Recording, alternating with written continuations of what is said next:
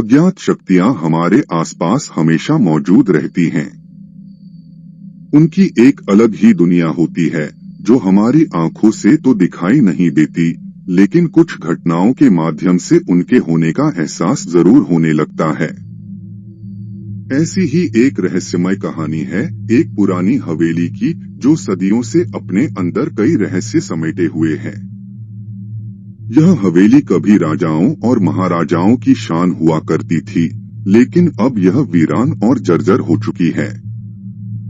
इसकी दीवारों में कई कहानियां दफन हैं, जिनमें से एक है हवेली के भूत की कहानी। यह हवेली कई साल पहले एक राजा की थी, जो अपने परिवार के साथ यहाँ रहता था। लेकिन समय के साथ राजा के वारिस देश से बाहर चले गए और हवेली वीरान पड़ी रह गई।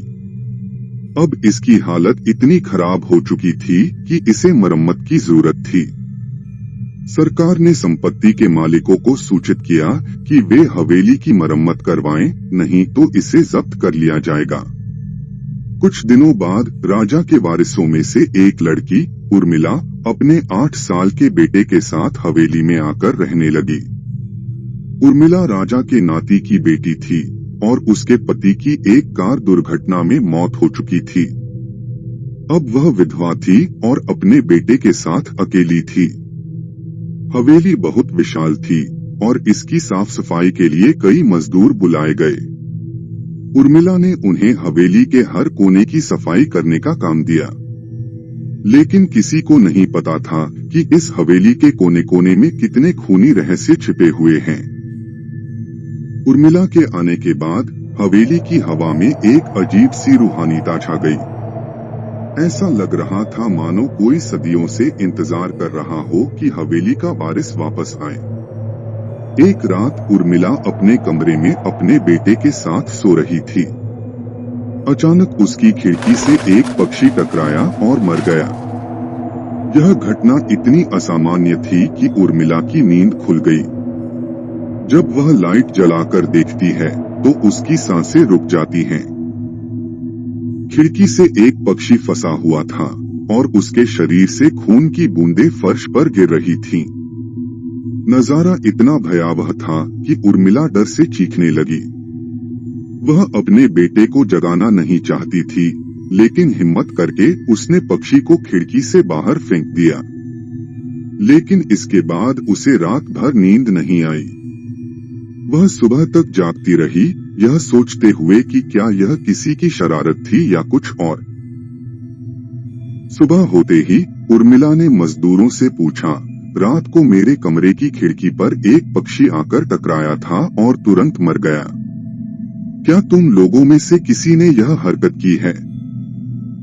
मजदूरों ने कहा, नहीं, हमने तो खिड़की से नीचे किसी पक्षी को मरा हुआ नहीं देखा।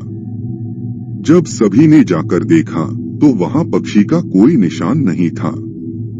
उर्मिला घबरा गई। उसे समझ नहीं आ रहा था कि यह सब क्या हो रहा है। उसने मजदूरों से कहा, हवेली में बहुत सी कीमती चीजें और मूर्तियां हैं, संभल कर सफाई करना। मजदूर अपने काम में लग गए और उर्मिला अपने बेटे के साथ कमरे में टीवी देखने लगी।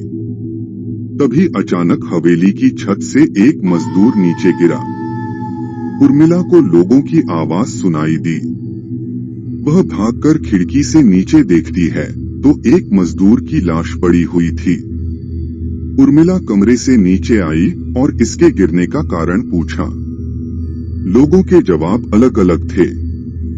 कोई कह रहा था कि उसने आत्महत्या की है, तो कोई कह रहा था कि वह गलती से गिर गया। उर्मिला को कुछ अनकही बातें सुनाई दे रही थीं। तभी उसके कान में एक आवाज आई, अपने बच्चे को बचा सकती है तो बचा ले। उर्मिला यह वाक्य सुनते ही अपने कमरे की तरफ भागी। जैसे ही वह कमरे में पहुंची, उसका बेटा खिड़की से कूदने ही वाला था कि उर्मिला ने उसका पैर पकड़ लिया। वह पूरी ताकत से उसे ऊपर खींचने लगी, लेकिन बच्चा फिर भी कूदने की जिद कर रहा था। उर्मिला ने किसी तरह उसे काबू में किया और कमरे से बाहर आ गई। उसने मजदूरों से पूछा, बताओ इस हवेली में क्या है? यह बच्चा ऐसा नहीं कर सकता। यहाँ कुछ अलग ही चल रहा है। तभी एक बूढ़ा मजदूर उर्मिला से बोला, बेटी, अगर तुम्हें ज्यादा जानना है तो अपने पूर्वजों की कहानी पढ़ो, तभी तुम्हें इस हवेली का इतिहास पता चलेगा। उर्मिला को पता चला कि इस हवेली की कहानी की किताब गांव के सरपंच के घर में रखी हुई है। वह सरपंच के घर पहुंची और किताब लेकर आई। किताब पढ़ते ही उसे पता चला कि इस हवेली में एक नौकर और नौकरानी थे, जिनके बीच बहुत प्यार था। लेकिन एक बार रानी के शाही गहने चोरी हो गए और राजा ने नौकरानी को चोरी का दोषी ठहराया। उसे जिंदा दफना दिया गया। उसके गम में उसके पति ने भी अपनी जान दे दी। 1 महीने बाद राजा ने भी आत्महत्या कर ली। उसके बाद से हवेली में छोटे मोटे हादसे होने लगे और इसे हमेशा के लिए बंद कर दिया गया। उर्मिला को समझ आ गया कि हवेली में मौजूद आत्माएं बदला लेना चाहती हैं। वह अपने बेटे को लेकर हवेली से भागने का फैसला करती है। रात में ही वह कार लेकर एयरपोर्ट के लिए निकल पड़ती है। लेकिन रास्ते में उसकी कार का एक्सीडेंट हो जाता है।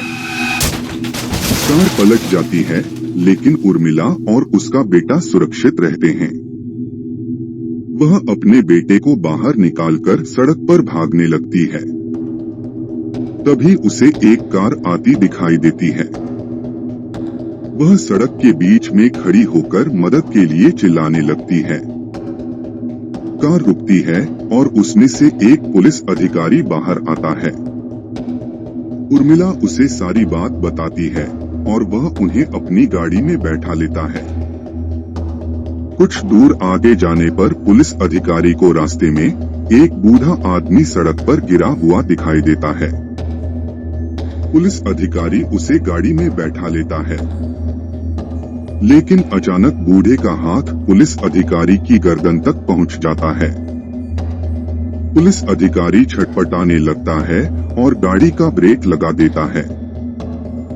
वह अपनी गन निकालकर बूढ़े की तरफ गोली चलाता है, लेकिन बूढ़े को कुछ नहीं होता। उर्मिला और पुलिस अधिकारी समझ जाते हैं कि यह कोई भूत है। वे तुरंत गाड़ी से बाहर निकल जाते हैं और भागने लगते हैं। कुछ दूर भागने के बाद उन्हें एयरपोर्ट की रोशनी दिखाई देती है। पुलिस अधिकारी उर्मिला से कहता है, मैडम, यह एयरपोर्ट है, जल्दी चलिए। उर्मिला अपने बेटे को लेकर एयरपोर्ट के अंदर पहुंच जाती है। एयरपोर्ट पहुंचते ही उसे राहत महसूस होती है। पुलिस अधिकारी की बहादुरी की वजह से उसके बेटे की जान बच गई थी।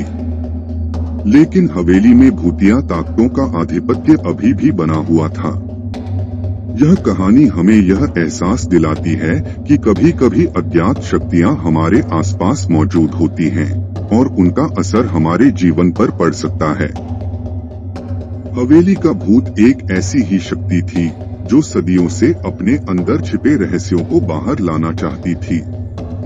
उर्मिला और उसके बेटे की जान बचाने की यह कहानी हमें यह सीख देती है कि कभी कभी हमें अपने अंदर की हिम्मत को पहचानना चाहिए और अज्ञात के सामने डटकर खड़े होना चाहिए। और इसी के साथ यह खौफनाक कहानी खत्म होती है। ऐसी ही कहानियां सुनने के लिए हमारे साथ बने रहें। आपको कहानी अच्छी लगी हो तो लाइक करें, शेयर करें, सब्सक्राइब करें और कमेंट जरूर करें। आपके कमेंट हमें अच्छी कहानी बनाने के लिए प्रेरित करते हैं। धन्यवाद।